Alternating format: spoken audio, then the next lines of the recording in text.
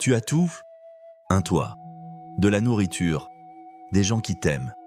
Et pourtant, une anxiété de fond, un inconfort permanent, la sensation que quelque chose ne va pas, mais sans savoir quoi. La médecine appelle ça anxiété généralisée. Les psychologues parlent de troubles de l'adaptation. Les médicaments existent. La thérapie existe. Mais quelques grands penseurs, Carl Jung, Søren Kierkegaard, Viktor Frankl, ont proposé quelque chose de différent. Une hypothèse. Et si une partie de cette anxiété n'était pas une maladie à soigner, mais un message à entendre? Note importante avant de continuer. Cette vidéo ne remplace pas un suivi médical. Si tu souffres d'anxiété clinique, consulte un professionnel.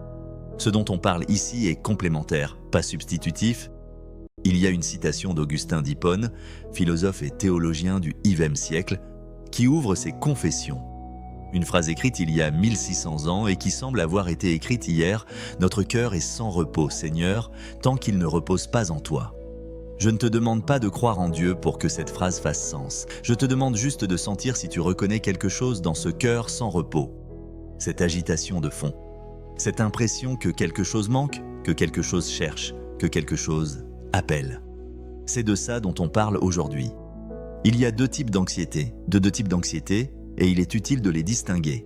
L'anxiété clinique, un trouble qui empêche de fonctionner, qui nécessite un traitement, qui n'a pas forcément de raison spirituelle, c'est une souffrance du système nerveux qui mérite une aide médicale. L'anxiété existentielle, ce que Kierkegaard appelait le vertige de la liberté. L'angoisse qui vient de la conscience d'être vivant, d'avoir des choix, de ne pas savoir. Cette anxiété-là n'est pas pathologique, elle est humaine. La différence, dit Rollo May, psychologue existentiel, c'est que l'anxiété clinique cherche à être supprimée. L'anxiété existentielle cherche à être entendue. Il y a aussi ce que May appelle l'anxiété normale, celle qui accompagne les transitions, les croissances, les transformations. Quand tu quittes un emploi, une relation, une croyance, quand tu commences quelque chose de nouveau, d'incertain. Cette anxiété-là, dit May, est le signe que tu es en train de grandir. Supprimer toute anxiété serait supprimer la croissance. Ce n'est pas un objectif sage. Ce que je veux explorer avec toi aujourd'hui, c'est cette frontière entre l'anxiété qui signale un dysfonctionnement et l'anxiété qui signale un appel. Carl Jung a observé dans sa pratique clinique des centaines de personnes qui arrivaient en consultation avec une dépression ou une anxiété inexplicable. Elles n'avaient rien vécu de grave. Elles avaient tout apparemment. Jung disait « Tous mes patients dans la seconde moitié de leur vie, aucun n'avait un problème qui n'était pas, en fin de compte, celui de trouver une vision religieuse de la vie. Il ne disait pas qu'ils avaient besoin d'aller à l'église.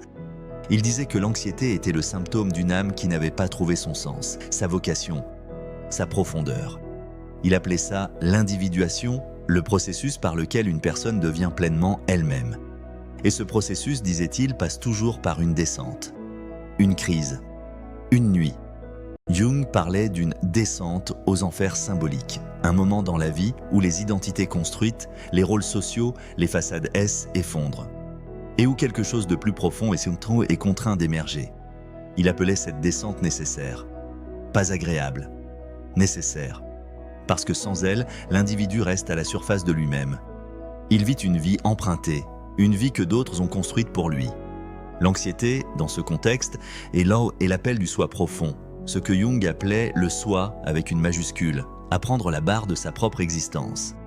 Et ce soi profond, pour Jung, n'était pas séparable de quelque chose de transpersonnel, de quelque chose qui le dépasse.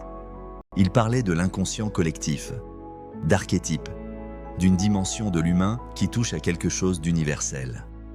L'individuation n'est pas un chemin vers soi seul, c'est un chemin vers ce qui nous précède et nous dépasse. Søren Kierkegaard, philosophe danois du XIXe siècle, considéré comme le père de l'existentialisme, consacre un livre entier à l'angoisse. Sa thèse, l'angoisse est la condition de la liberté. Si tu es libre de choisir qui tu veux être, tu vas ressentir le vertige de cette liberté. Ce vertige, c'est l'angoisse. Et Kierkegaard dit quelque chose de troublant. Celui qui n'est jamais anxieux n'est probablement pas vraiment vivant.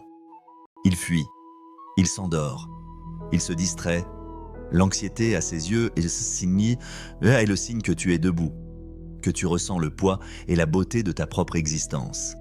Mais Kierkegaard ne s'arrête pas là. Il dit que l'angoisse peut être traversée, et que de l'autre côté de l'angoisse, il y a ce qu'il appelle le saut dans la foi. Non pas un saut irrationnel, mais un engagement, une décision de vivre selon quelque chose de plus grand que soi. Pour Kierkegaard, l'anxiété non traversée conduit au désespoir, ce qu'il appelle la maladie mortelle. Mais l'anxiété traversée avec courage conduit à ce qu'il appelle la répétition, une façon de récupérer sa vie, de la choisir vraiment au lieu de la subir. Il y a chez Kierkegaard une vision de l'existence qui demande quelque chose de nous, qui ne cherche pas à nous mettre à l'aise, mais à nous rendre vivants. Et dans cette vision, l'anxiété n'est pas un obstacle, c'est le chemin. Le bouddhisme propose une autre lecture.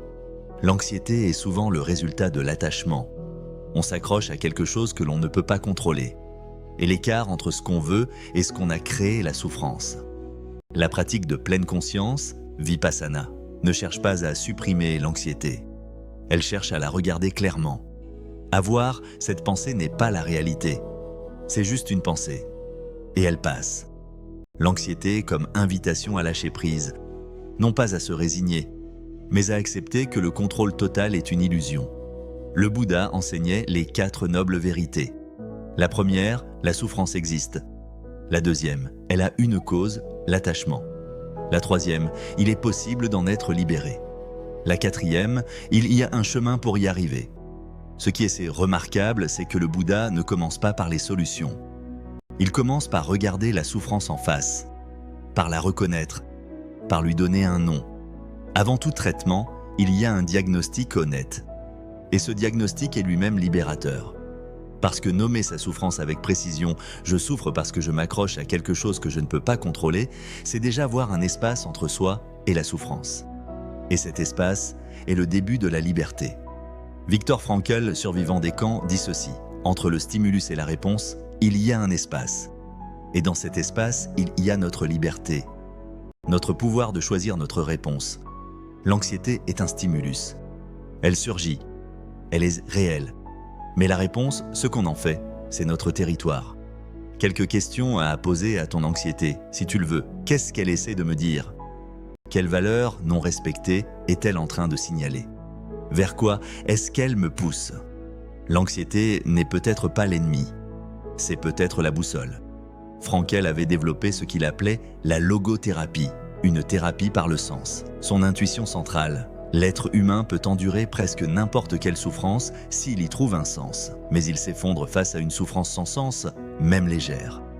L'anxiété existentielle dans ce cadre est le signal que tu n'as pas encore trouvé ce sens, pas un sens imposé de l'extérieur, un sens choisi, forgé dans ta propre expérience, aligné avec tes valeurs les plus profondes. Et c'est peut-être la définition la plus exacte de la vocation spirituelle, trouver le sens particulier de sa propre existence. Ce pourquoi tu es là, ce que tu es seul à pouvoir faire. La vie demande à chacun de nous une réponse unique. L'anxiété est peut-être la question. Je ne te dis pas que l'anxiété est bien.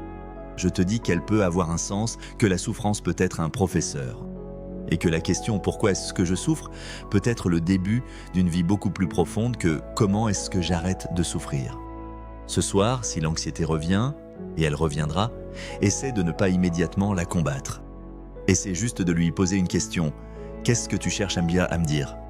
Et écoute, avec patience, avec curiosité, comme tu écouterais un ami qui essaie maladroitement de te dire quelque chose d'important.